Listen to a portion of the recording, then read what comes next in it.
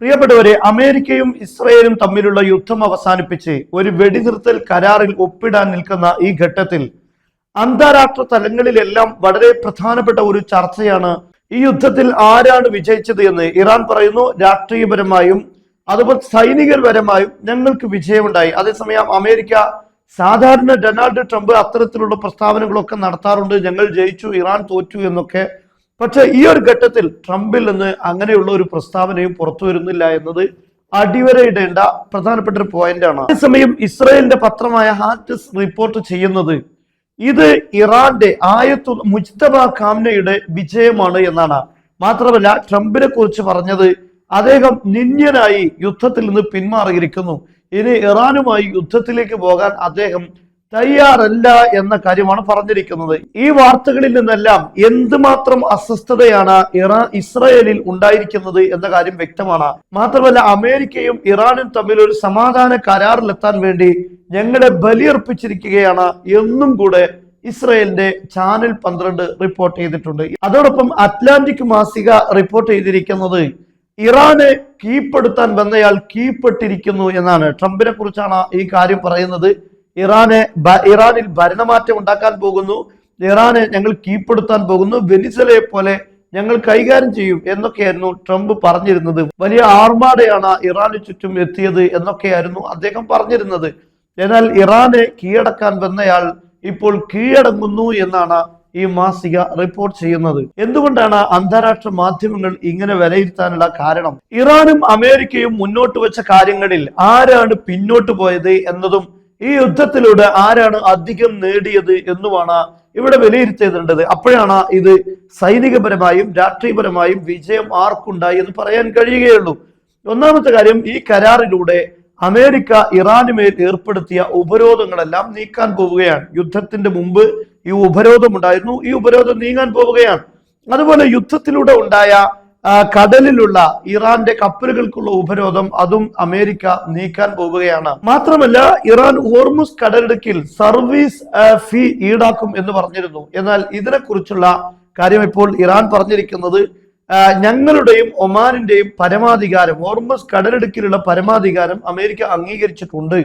ഈ 60 ദിവസം വെടിനിർത്തൽ കാലാവധിയിൽ ഒരു പേയ്മെന്റും, അതായത് സർവീസ് ഫീകളൊന്നും ഈടാക്കാൻ പാടില്ല, കപ്പൽ നീക്കങ്ങൾ സുഗമമായി നടക്കണം എന്നതാണ്. അത് ഞങ്ങൾ അംഗീകരിച്ചിട്ടുണ്ട്. അതേസമയം 60 ദിവസം കഴിഞ്ഞാൽ പഴയ സാഹചര്യത്തിലേക്ക്, എന്ന് പറഞ്ഞാൽ സർവീസ് ഫീ ഈടാക്കുന്ന സാഹചര്യത്തിലേക്ക് മടങ്ങും എന്നാണ് ഇപ്പോൾ ഇറാന്റെ വിദേശകാര്യമന്ത്രി അബ്ബാസ് അറാഖ്ചി തന്നെ പറഞ്ഞിരിക്കുന്നത്. അതേസമയം അമേരിക്കയും ഇസ്രയേലും മുന്നോട്ട് വെച്ച കാര്യങ്ങൾ എന്തൊക്കെയായിരുന്നു? ഒന്ന്, ഇറാനിലുള്ള ആണവ റിയാക്ടറുകളെല്ലാം തകർക്കണം എന്നതാണ്. ഇതൊരിക്കലും ഉണ്ടായിട്ടില്ല, അടച്ചുപൂട്ടൽ ഉണ്ടായിട്ടില്ല. അത് ഈ കരാറിലൂടെയും ഇറാൻ അങ്ങനെയുള്ള ഒരു കാര്യവും അംഗീകരിച്ചിട്ടില്ല. രണ്ടാമത്തെ കാര്യം, ഇറാന്റെ മിസൈൽ സംവിധാനങ്ങൾക്ക് പരിധി നിശ്ചയിക്കണം എന്നതാണ്. ഈ കാര്യം ഇപ്പോൾ ചർച്ചയിലേ ഇല്ല. മൂന്നാമത്തെ കാര്യം, ഇറാനുമായി ബന്ധപ്പെട്ട പ്രോക്സികൾ, അതുപോലെ ലെബനാനിലും അതുപോലെ തന്നെ യമനിലും ഇങ്ങനെ തുടങ്ങി, അതുപോലെ സിറിയയിലൊക്കെയുള്ള പ്രോക്സികൾ, ഹിസ്ബുള്ള തുടങ്ങിയിട്ടുള്ള, അതുപോലെ ഹൂത്തികൾ, ഇങ്ങനെയുള്ള ആളുകൾക്ക് സഹായം നൽകുന്നത് പൂർണ്ണമായും നിർത്തലാക്കണമെന്നാണ് പറഞ്ഞിട്ടുള്ളത്.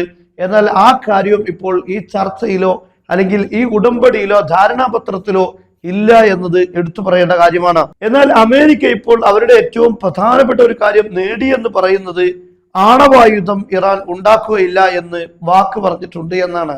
ഈ കാര്യം ഇറാൻ യുദ്ധത്തിന്റെ മുമ്പ് തന്നെ പറഞ്ഞിട്ടുള്ളതാ. ഞങ്ങൾ ആണവായുധം ഉണ്ടാക്കുകയില്ല, മനുഷ്യരാശിയെ നശിപ്പിച്ചു കളയുന്ന സർവനശീകരണ ആയുധമായ ആണവായുധം ഉണ്ടാക്കാൻ പാടില്ല എന്നത് ഞങ്ങളുടെ പരമോന്നത നേതാവിന്റെ ഫത്വയാണ്. അതിൽ ഞങ്ങൾ ഒരിക്കലും പിന്നോട്ട് പോയിട്ടില്ല, മാറ്റിയിട്ടില്ല. അതുകൊണ്ട് ആണവായുധം ഉണ്ടാക്കുകയില്ല എന്ന കാര്യം അവർ ആദ്യമേ പറഞ്ഞതാണ്. ആ കാര്യം തന്നെയാണ് ഇപ്പോൾ ഈ കരാറിലൂടെ അമേരിക്ക നേടിയിരിക്കുന്നത്. ഇനി നോക്കൂ നിങ്ങൾ, ഇറാന് എന്ത് നേട്ടമാണ് ഉണ്ടായിരിക്കുന്നത്?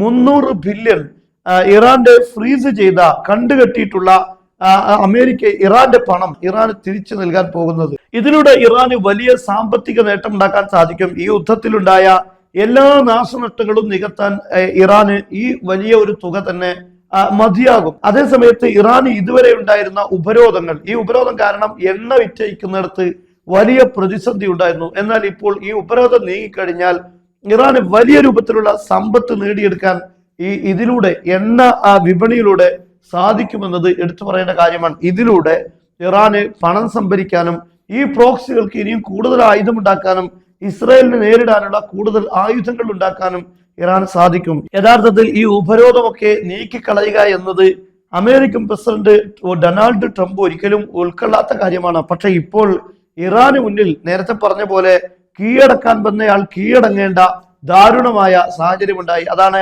ഇസ്രായേൽ പത്രം പറഞ്ഞത്. അദ്ദേഹം ഒരു നിസ്സാരണക്കാരനായി, നിന്ദ്യനായി യുദ്ധത്തിൽ നിന്ന് തിരിച്ചു കയറിയിരിക്കുന്നു എന്ന്. അതോടൊപ്പം തന്നെ ഇറാന് വലിയ നേട്ടമുണ്ടായത് ഇറാന്റെ അയൽ രാഷ്ട്രങ്ങളിൽ വലിയ രൂപത്തിലുള്ള മാറ്റം ഉണ്ടാക്കാൻ സാധിച്ചു. അമേരിക്കയുമായിട്ടുള്ള ബന്ധം, അമേരിക്കയുടെ സൈനിക സാന്നിധ്യങ്ങളിലെല്ലാം വലിയ രൂപത്തിലുള്ള മാറ്റങ്ങൾ ആ രാഷ്ട്രങ്ങളെല്ലാം മാറി ചിന്തിപ്പിക്കാൻ പ്രേരിപ്പിക്കുന്ന വലിയൊരു ഘടകമുണ്ടായി. ഏത് രീതിയിൽ ഇതിനെ വിശദീകരിക്കുമ്പോഴും ഇറാന് വലിയ നേട്ടമുണ്ടാക്കാൻ സാധിച്ചിട്ടുണ്ട്. അതേസമയം ഇനിയും ഇസ്രായേലും ഇറാൻ തമ്മിൽ യുദ്ധമുണ്ടാവുകയില്ല എന്ന് പറയാൻ കഴിയില്ല. എന്നാൽ അതിനുവേണ്ടി ഇറാനും ഇസ്രായേലും ഇപ്പോഴും ആയുധങ്ങൾ ഉണ്ടാക്കുക തന്നെ ആയിരിക്കും. പക്ഷെ ഇതുവരെ ഇറാന് ഉപരോധങ്ങൾ കാരണം സാമ്പത്തിക പ്രശ്നങ്ങൾ ഉണ്ടായിരുന്നുവെങ്കിൽ ഇനി ഇറാന് സമ്പത്ത് ധാരാളം ഉണ്ടാകും. അതിലൂടെ കൂടുതൽ പ്രതിരോധം ഇസ്രായേലിനെതിരെ ഉണ്ടാക്കാൻ ഇറാന് സാധിക്കുമെന്നതാണ് ഇവിടുത്തെ ഏറ്റവും പ്രധാനപ്പെട്ട കാര്യം.